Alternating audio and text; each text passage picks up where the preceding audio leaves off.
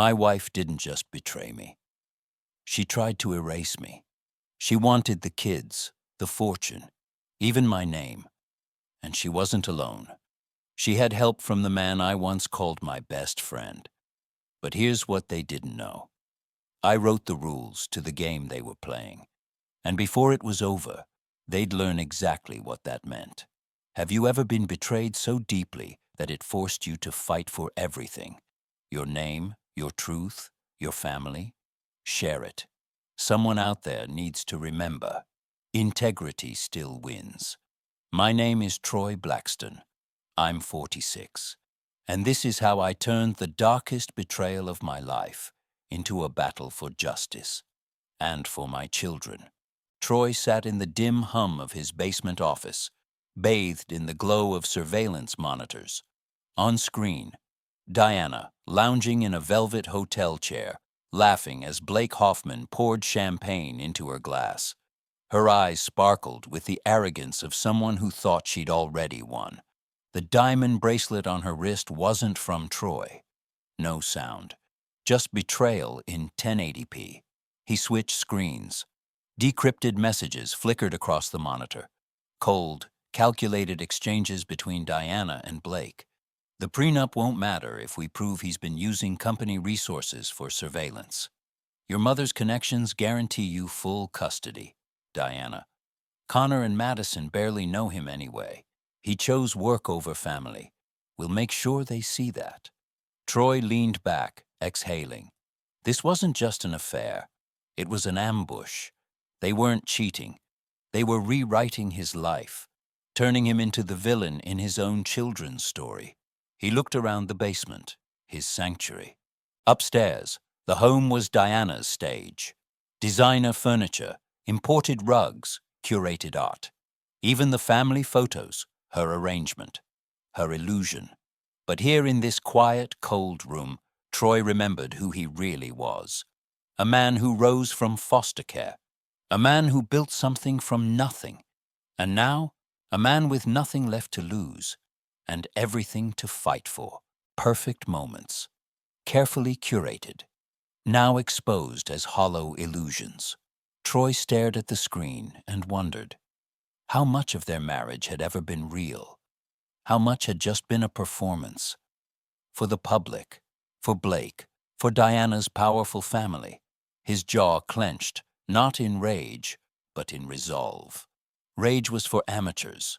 He had built a career on never reacting, only executing, precisely, quietly. And if Diana and Blake wanted a war of strategy, they'd just declared it against a master tactician. He shut off the monitor. Darkness swallowed the room. From a locked drawer, he drew a thick folder.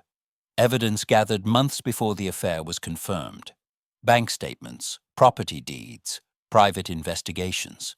He had sensed something, and as always, his instincts had been right.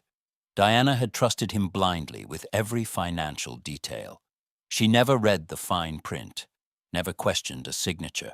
That trust, the last thread of their marriage, was about to become her most costly mistake. Troy laid the folder open. On top, a glossy photo. Diana and Blake, glowing for the cameras at a charity gala, smiling in public, plotting in secret. He let the weight of it wash over him, briefly. The wife he'd lost, the friend who'd turned, the threat hanging over his children's future. Then he buried it. This wasn't the time for grief. This was preparation. And preparation was what he did best. He closed the folder, face hardening into quiet steel. The same unwavering focus that had made him one of the city's most sought-after security consultants. They had made their move. Now it was his turn. Flashback, 2013. Long before betrayal, long before the whispers and lies, Troy Bennett was just a man adjusting to civilian life. 12 years in military intelligence, traded for a quieter battlefield, corporate security. Then came Diana Clark, a real estate star who lit up every room. Ambitious, brilliant, magnetic. Troy didn't believe in love at first sight, until her. Within a year, They were married. Friends called it reckless. His military brothers warned him, those who rise fast in high society often fall harder. But Troy didn't listen. He believed she saw him, not the uniform, but the man beneath it. 3 years later came Connor and Madison, twins. His reason to build a future worth protecting. For a time, life looked perfect. Diana climbed the social ladder. Troy landed elite clients. Together, they built the dream. But what Diana never understood, and what ultimately drove the wedge between them, was the true cost of Troy's loyalty, his discipline, his dedication. And now, she was about to learn it the hard way. Corporate security wasn't about sleek boardroom briefings. It was chaos, masked in professionalism. Midnight crisis calls, emergency extractions in foreign countries, and endless hours hunting threats for companies too arrogant to think they had any. Troy handled it all, without complaint. While Diana dazzled at galas and exclusive dinners, he pored over surveillance data alone in his home office. He told himself it worked. She built their image. He protected their reality. Every time he returned from a mission and kissed the twins goodnight, he swore he'd be around more. But Diana thrived in the world his sacrifices made possible. Private clubs, high society whispers, admiration not just for her, but for the man she was married to. Scene 3. The cracks appear. They didn't start with fights. No shouting, no scandal, just soft fractures. Late-night calls she didn't explain. Conversations that died the moment he entered the room. Business trips. Suddenly, solo. Troy noticed. Of course he did. He was trained to notice patterns, but love made him hope. He clung to the woman who once gripped his hand in the hospital when Connor was born too early. By 2019, that woman was fading. Diana's warmth was replaced with cold calculation. She surrounded herself with people Troy didn't know. Wealthy investors and developers who seemed more taken by her than her projects. Her words turned sharp, her patience short. She criticized his long hours, forgetting they funded the life she so carefully crafted. Still, Troy fought the only way he knew how, with quiet consistency. He made it home for dinners, coached Connor's little league, read bedtime stories to Madison even when dead on his feet. But every act of love felt like a pebble thrown into a storm. By late 2020, even his friends noticed. Over drinks with an old army buddy, Troy confessed, "I can track a threat from 2 miles away, but I can't tell what the hell's happening in my own house." What he didn't know was that Diana had already crossed a line he never imagined she'd dare touch. The real turning point came on a quiet Sunday morning. Troy, alone in his office, combed through public records. His years in military intelligence taught him, patterns never lie. Diana's sudden hostility, her family's meddling, the smugness in her eyes lately. It wasn't random. It was a strategy, and Troy was ready to decode it. Then he found it.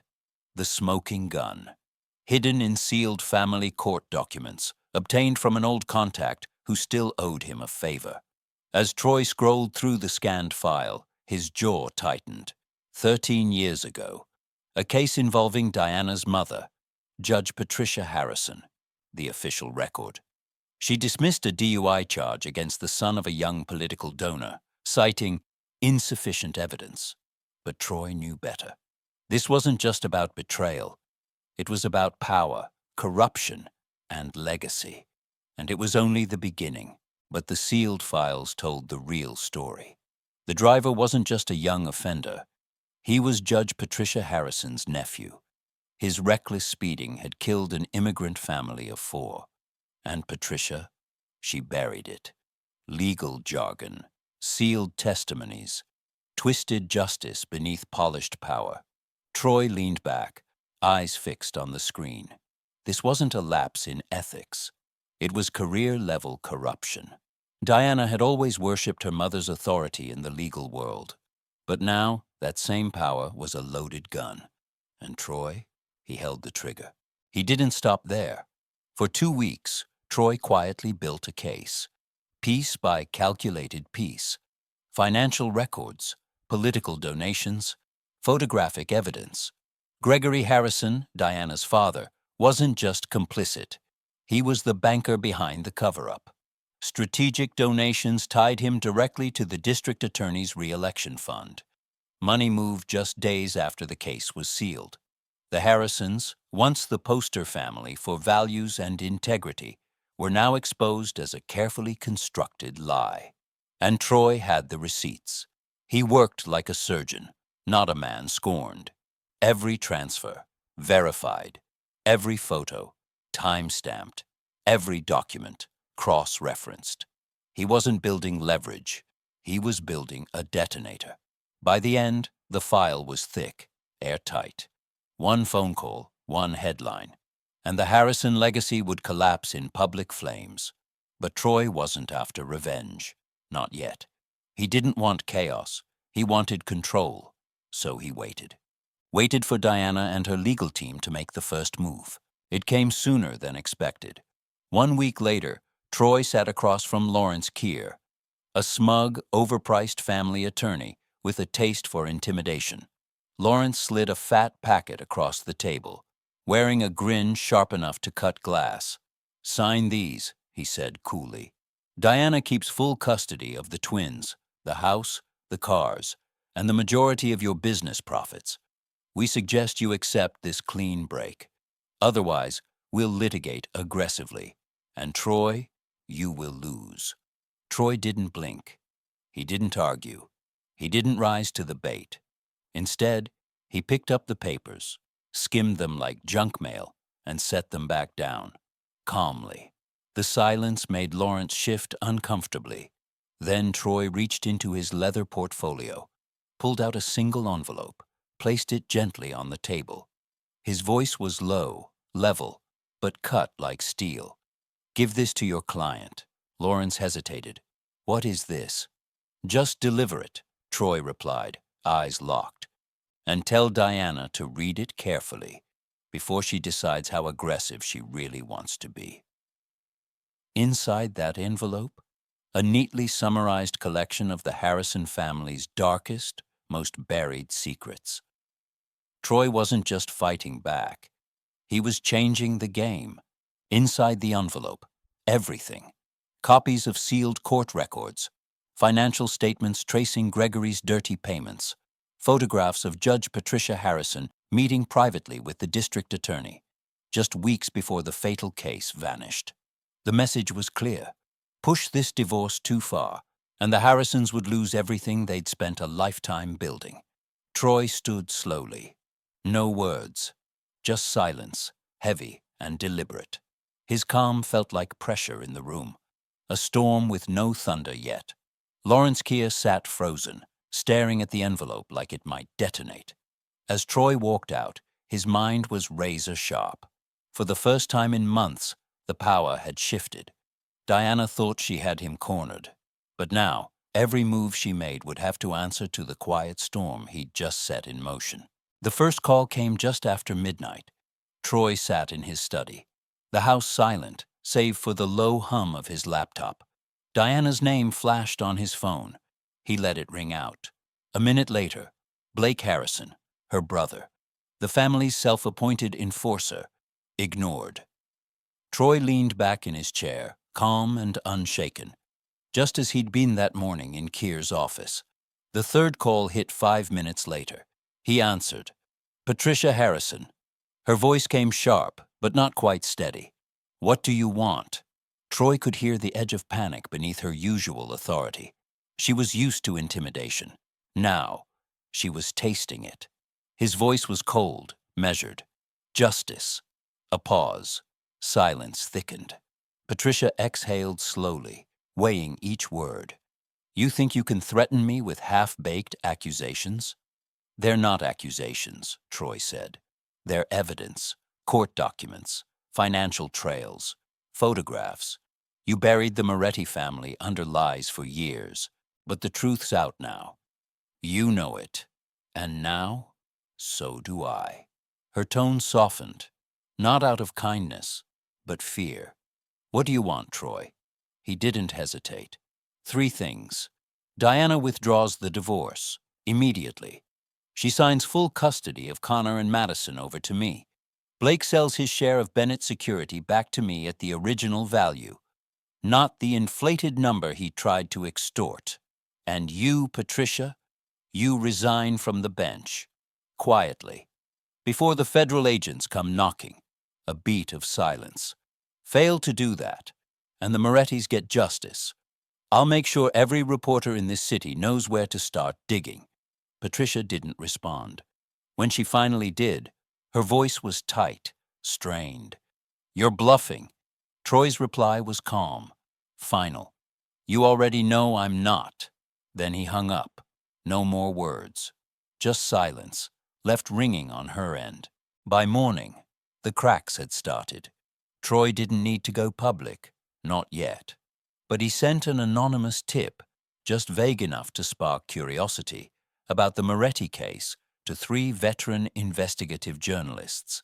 Then, a redacted set of financial records landed on the desk of a contact in the federal prosecutor's office. Not enough to confirm a scandal, but more than enough to start the fire. And the Harrisons? They couldn't afford even a flicker. Blake broke first. By late afternoon, his voicemail came in, furious, voice cracking. You're destroying everything, Troy. An hour later, another call. This time, begging for a meeting.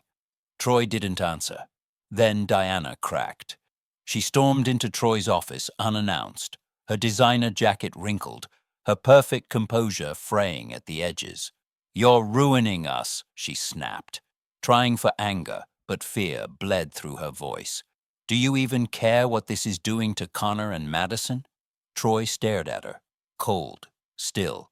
I care more than anyone in your family ever has. That's exactly why I'm doing this. By nightfall, the story had grown teeth. News outlets whispered about a long-buried judicial cover-up. Online forums erupted with speculation, corruption, the Harrisons, Patricia. And for the first time in her career, Judge Harrison skipped court. She knew Troy wasn't bluffing, and time was running out. In Lawrence Keir's office, the air was suffocating. Troy sat relaxed at the far end of the table. Diana sat across from him, tense, hands trembling around a pen. In front of her, a stack of documents, custody, business, property, everything she'd fought for, about to be signed away. Lawrence, once smug and unshakable, now looked pale. Eyes fixed on the table, desperate to disappear. Are we doing this or not? Troy asked, voice calm, slicing through the silence like a blade. Diana glared, but the fire in her eyes was gone. Her mother had gone silent. Blake was in hiding, and federal agents had begun asking quiet questions. The empire was crumbling. One by one, she signed. Custody, business, property. Each stroke of ink felt like tearing down bricks from a castle built on lies. When she finished, she shoved the papers across the table. You win, she muttered, bitterness sharp on her tongue. Troy didn't move, didn't touch the documents. He leaned forward, face unreadable. No, Diana, this was never about winning. It's about the truth. He paused. So before we finish, you're going to say it. Why you did all of this. Diana froze, lips tight. Lawrence squirmed in his seat, sensing what was coming. Troy waited. The silence dragged. Then, Diana slammed the pen down and snapped. You want the truth? Fine. You were never good enough for me. I married you because you were useful. You had money, connections, a respectable name. But you were just a security grunt, dressing up like something more. I outgrew you years ago. Troy didn't flinch. When she finished, he gave a slow, deliberate nod. And yet, I just took everything you ever valued. Diana's face flushed red. She didn't say another word. Her breathing grew shallow, unsteady. Troy gathered the signed documents and slipped them into his leather folder. But before rising, he slid a second envelope across the table. What's this? Diana asked. her voice wary. "A gift," Troy replied. She opened it and froze. Inside were photographs. Blake Harrison boarding a private jet, hand in hand with a woman half his age. Another showed him withdrawing large sums from a Cayman Islands account. One registered in both his and Diana's names. The final shot, Blake reclining on a yacht, champagne raised, mid-celebration. Diana's hand trembled as she flipped through the photos. This isn't real," she whispered, though her voice cracked under the weight of truth. "It's real," Troy said flatly. "He emptied the accounts 2 days ago. By now, he's probably sipping cocktails in Monaco. Whatever he promised you, it's gone. Just like everything else." Her composure shattered. She buried her face in her hands, shoulders shaking. A muffled sob escaped. The room fell into silence, except for her quiet unraveling. Lawrence looked away, visibly uncomfortable. Troy didn't flinch. He stood, tucked the folder beneath his arm, turned toward the door, and without looking back, he delivered the final blow. "You wanted power, Diana. Now you have nothing left to fight for." He left her there, the signed agreements on the table, the truth suffocating her more than anything he could have said. The reckoning came faster than expected. Within a week of Diana's signature, Judge Patricia Harrison resigned. The press release cited health reasons, but everyone knew the truth. The leaked court records were now evidence. A federal inquiry had begun. Whispers about the Moretti family case exploded across local headlines. The pristine public image Patricia had spent decades perfecting, gone in days. Next, Gregory Harrison. His hotel empire, once untouchable, became the next domino to fall. Federal agents froze several key accounts, citing money laundering and campaign finance violations. Backed by Troy's evidence, investors pulled out. Stock values crashed overnight. The Morettis, newly armed with civil attorneys, launched lawsuits that paralyzed nearly every Harrison asset. Decades of power, collapsing under truth's weight. And Troy? He hadn't said a single word to the media. He didn't need to. The truth speaks for itself.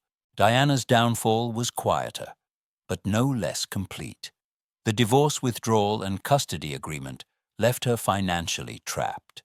And Blake's betrayal, the looting of their offshore accounts, ensured there was no escape, no cushion. She had traded loyalty for ambition, love for power. And now, all that remained was ruin. Within months, Diana's empire crumbled. She sold off her luxury cars, liquidated the few personal investments she had left, just to keep the lights on. The high society invitations that once defined her world? Gone. The same people who once chased her approval no longer returned her calls. Eventually, she took a job as a mid-level real estate agent at a small suburban firm. No more charity galas, no penthouses, just open houses, cold leads, and commission-based paychecks. Occasionally, Troy would hear whispers about her through mutual contacts.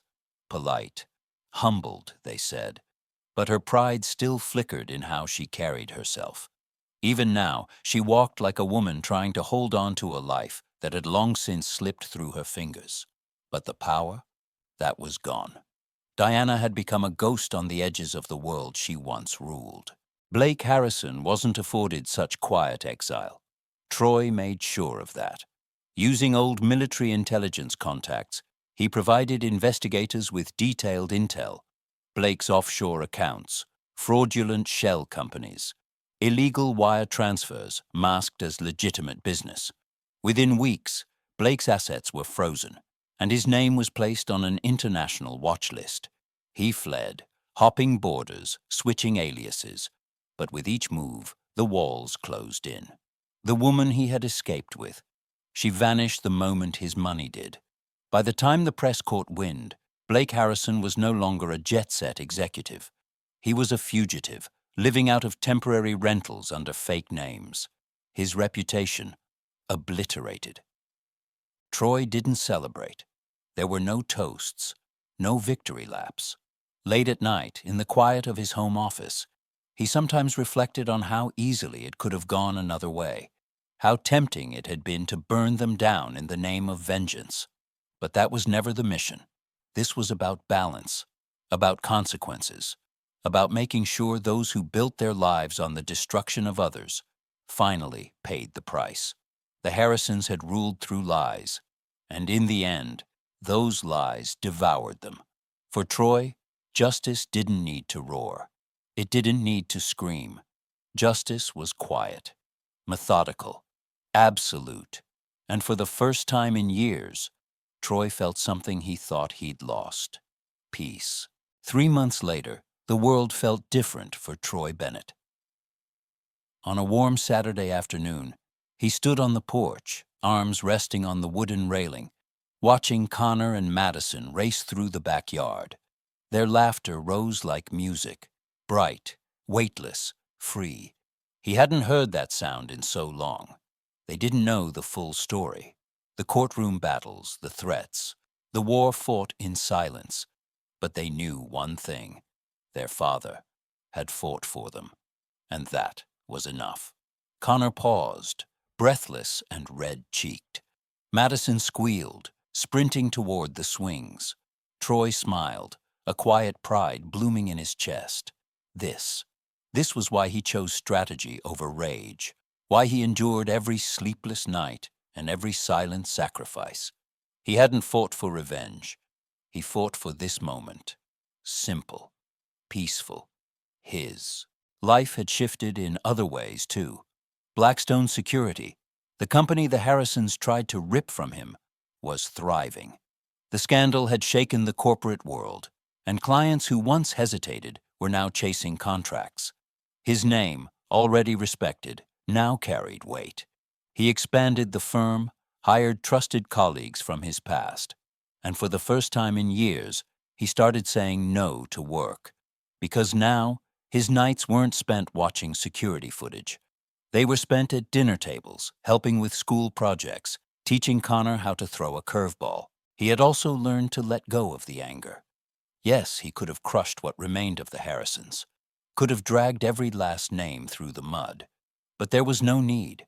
Patricia was disgraced. Gregory's empire was bleeding. Blake was a ghost on the run. And Diana was no longer a threat. She was just another person picking through the ruins of her own decisions. Inside his office, one photograph remained on the shelf. Diana, from years ago, when they were still a family. He didn't keep it for love, not for nostalgia. He kept it as a reminder. Trust isn't something you give freely. It's earned. It's sacred.